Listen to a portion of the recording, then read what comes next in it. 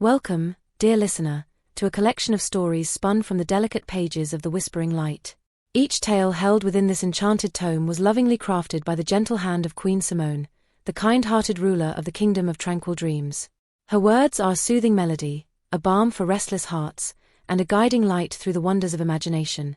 So, let your mind drift, and your heart be light, for what you are about to hear is no ordinary story. It is a gift, passed down through the ages, meant to bring joy, laughter, and a touch of magic to all who listen. This tale is called The Watcher Beneath the Waves. The waves crashed with relentless fury against the jagged cliffs, their roar rising and falling like the breath of some ancient beast. Derek stood in the lantern room, watching the storm-swept sea as the lighthouse's beams swept across the darkness, illuminating the restless waters below. For 5 years, the lighthouse had been his sanctuary, a solitary outpost where he had fled to escape the demands of village life. It was a life he had chosen, or so he told himself most days. The isolation suited him.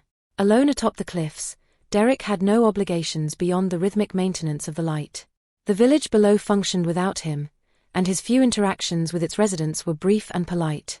He'd become something of a shadow to the townsfolk, a figure glimpsed only occasionally when he ventured into town for supplies. The lighthouse keeper, they'd murmur, as though the words alone carried the weight of mystery. The sea, however, was not content to leave Derek in peace.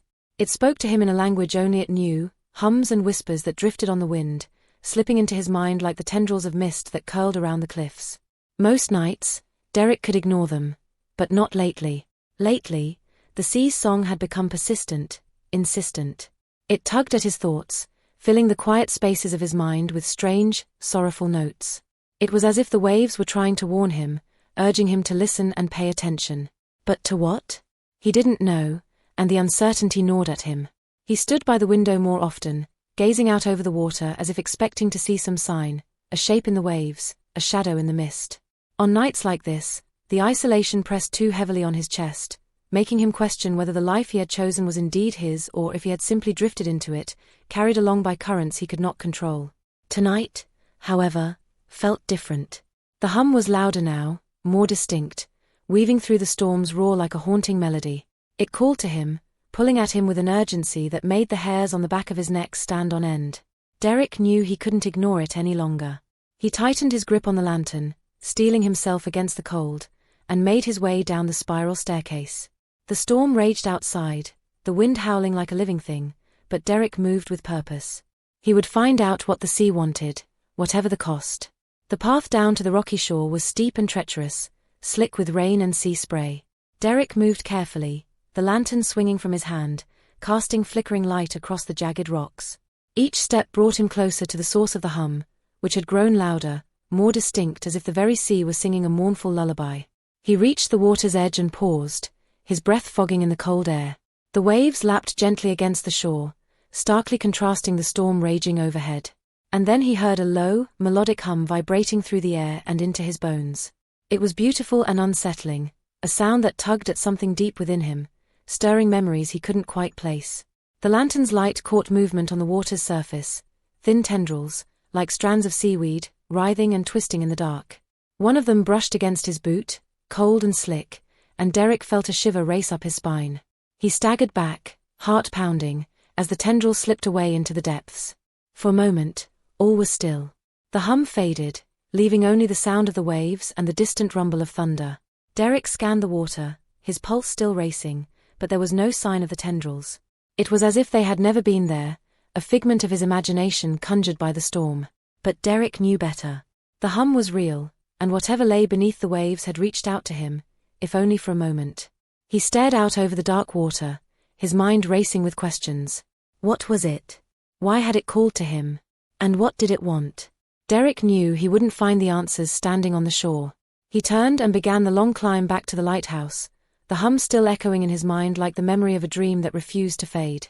Whatever was beneath the waves, it was waiting for him, and Derek had the unsettling feeling that he wouldn't have to wait long to find out. The next morning, the sky hung heavy with storm clouds that hadn't yet decided whether to unleash more rain. Derek made his way into the village, pulling his coat tighter against the chill. His trips into town were infrequent and often brief, just enough to get what he needed without lingering.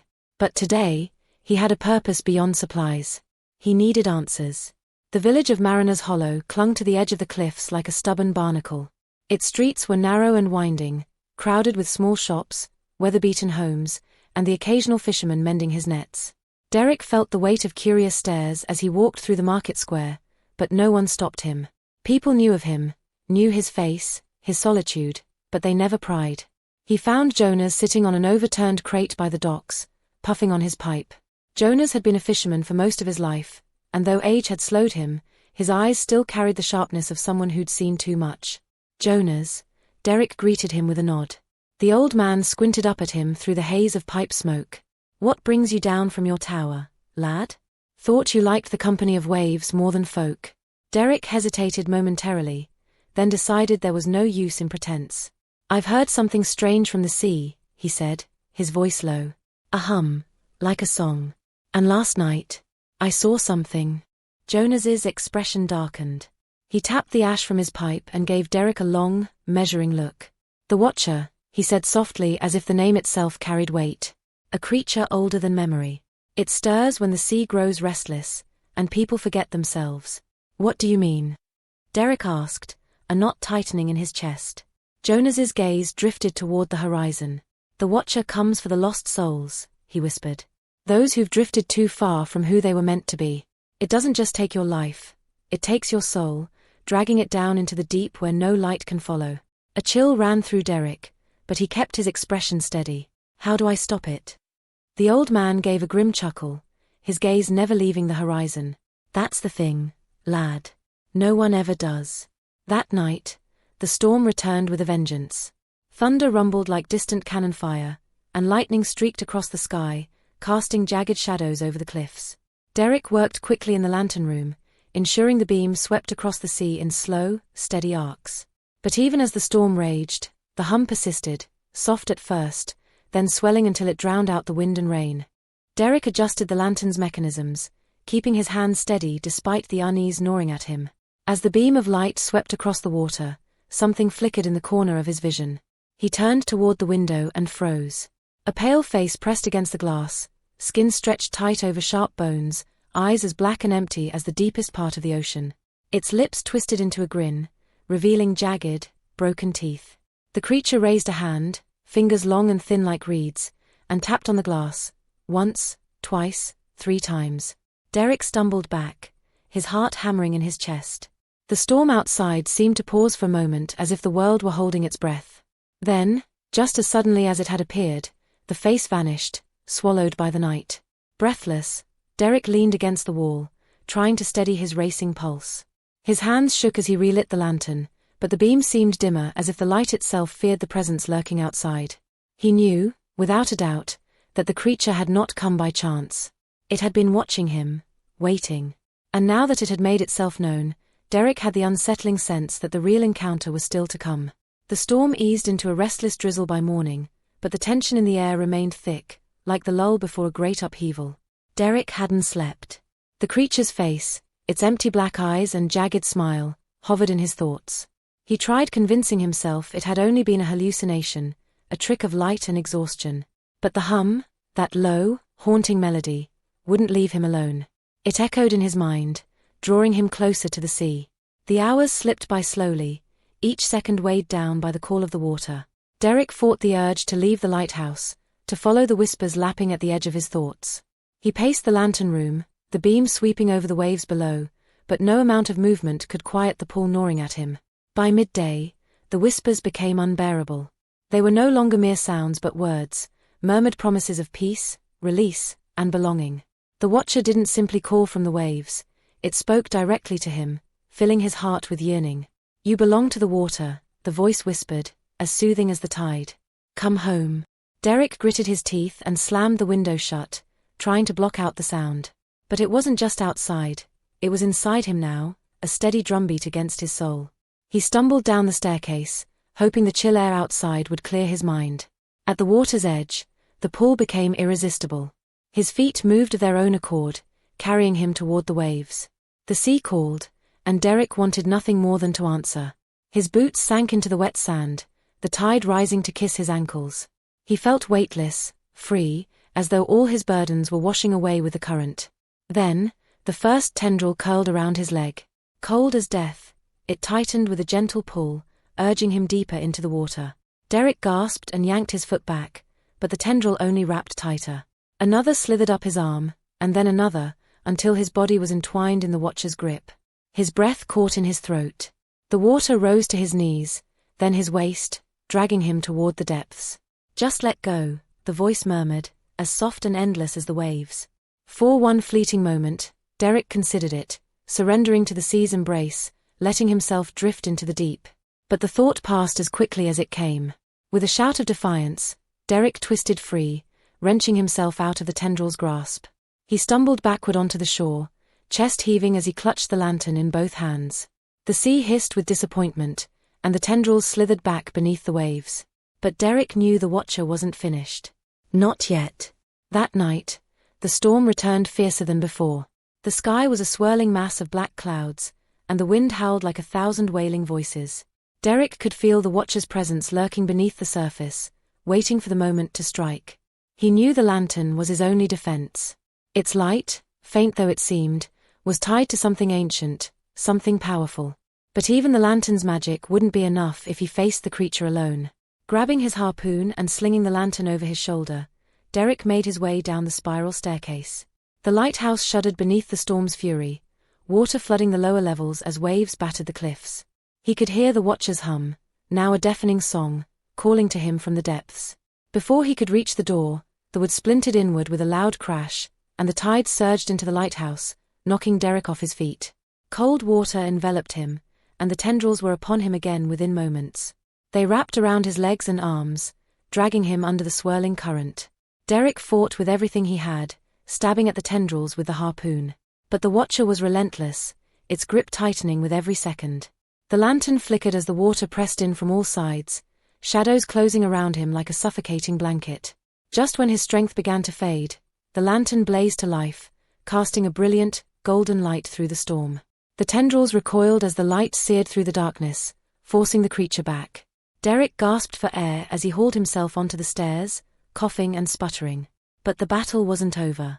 The watcher's glowing eyes loomed beneath the water, filled with hunger and malice. Derek knew he couldn't hold it off much longer without help. He staggered to his feet, gripping the lantern tight. He realized he couldn't do this alone for the first time in years. He needed the village. And he was ready to ask. Dawn broke over Mariner's Hollow as Derek made his way into the village, his wet clothes clinging to his skin. The lantern's glow was dim but pulsed steadily, like a heartbeat. He found the villagers gathered at the docks, tending to their boats and setting up stalls for the market. Derek took a deep breath and stepped forward. "I need your help," he said, his voice hoarse from the night's struggle. The villagers turned to him, their expressions a mix of surprise and curiosity. Derek was the last person they expected to see asking for help. "What kind of help?" one of the fishermen asked warily. Derek held up the lantern. "The watcher is awake," he said. "If we don't stop it, the storm will destroy everything." At first, the villagers exchanged skeptical glances. But then old Jonah stepped forward, leaning heavily on his cane. "The lad speaks the truth," he rasped. "I've seen the signs. The sea's hungry again." The crowd murmured uneasily, fear spreading like wildfire. "We need to keep the lantern burning," Derek continued. "It's the only thing holding the watcher back. But I can't do it alone." One by one, the villagers offered their help.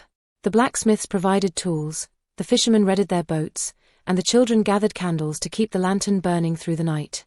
Derek felt a warmth spread through him that he hadn't felt in years. For the first time, he wasn't alone. That night, as the storm reached the height of its fury, Derek stood at the edge of the cliffs, the lantern burning bright beside him. Waves crashed violently against the rocks below, and the wind whipped through the air with a ferocity that rattled the very stones beneath his feet. But Derek held his ground, gripping the harpoon in one hand and the lantern in the other. This time, he wasn't alone. Behind him, the villagers of Mariner's Hollow stood ready. Fishermen had anchored their boats just off the shore, their torches blazing defiantly against the storm. Armed with makeshift weapons, blacksmiths lined the cliffs while others held ropes and nets, prepared to act.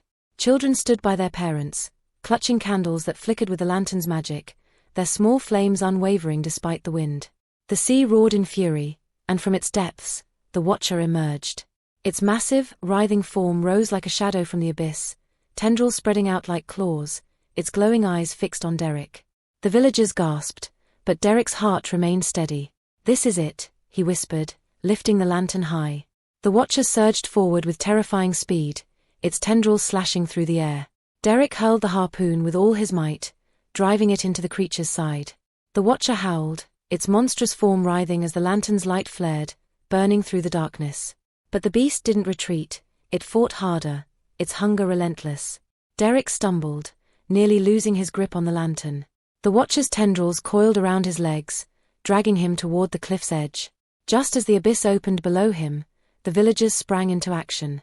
Ropes flew through the air, catching the creature's tendrils, and fishermen cast their nets, tangling the beast's limbs. "Hold on, Derek," Jonas shouted, straining against the ropes. The lantern pulsed, its glow intensifying with every passing second. Derek knew the moment had come. With a shout, he lifted the lantern high and threw it into the Watcher's heart. The lantern exploded in a burst of brilliant light, illuminating the stormy sky. The Watcher shrieked, its form unraveling as the light seared through it. Tendrils dissolved into mist, and its glowing eyes faded into nothingness. With one final cry, the creature sank back into the sea, the waves swallowing it whole. The storm broke instantly as if the sea itself had been exorcised. The sky cleared, revealing a blanket of stars, and the water settled into a calm, gentle rhythm. The Watcher was gone. As the first light of dawn touched the cliffs, Derek sat on the rocks, exhausted but alive. The villagers gathered around him, offering warm smiles and pats on the back. Jonas clapped him on the shoulder, his grin wide beneath his weathered face. "Told you the sea was hungry," he said with a chuckle. Derek gave a tired smile, his heart lighter than it had been in years. "We kept the light burning," he said softly. "And it wasn't just me. The real magic was all of us, together." The villagers cheered, their joy washing away the fear of the night. For the first time in a long while, Derek felt a sense of belonging, a connection to the people around him that ran deeper than any storm. In the days that followed, the lighthouse's beam shone brighter than ever, a beacon of hope that guided sailors safely through the waters. Derek's days of isolation were over. The villagers treated him not as a distant, reclusive figure but as one of their own. Fishermen invited him to their tables for dinner, children waved at him from the docks, and the blacksmiths ensured his tools were always sharp. Every night, as Derek sat by the lantern, its light pulsing gently beside him, he felt a peace he had never known before. The Watcher had been defeated, but its lesson lingered. Even in the darkest moments, the smallest light could guide the way home. From that day forward, Derek was never alone. The sea still whispered, but its song was no longer one of sorrow.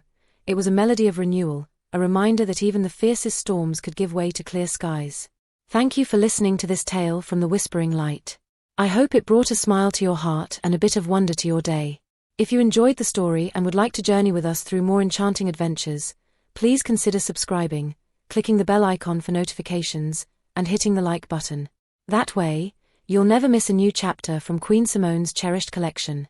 And if this story touched you, I invite you to leave a comment or share it with someone who could use a little more joy and magic in their life. Until next time, may your dreams be filled with light and laughter.